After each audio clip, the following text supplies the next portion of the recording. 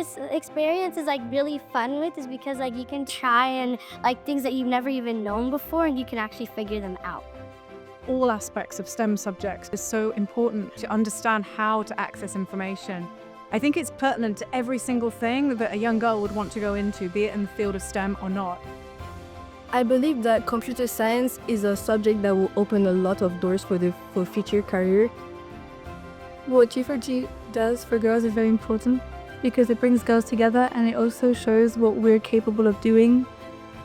Because we need more girls, especially in these fields, so we have a balance of viewpoints. So empowering women to learn more about cybersecurity and computer science will really help them for their future. A mí me parece muy importante que estudien desde jóvenes para implicárselo en el futuro y pues descubrir cosas que puede que en el cole no les implique. I think I did the most, the writing on the lab coats. All my friends signed it.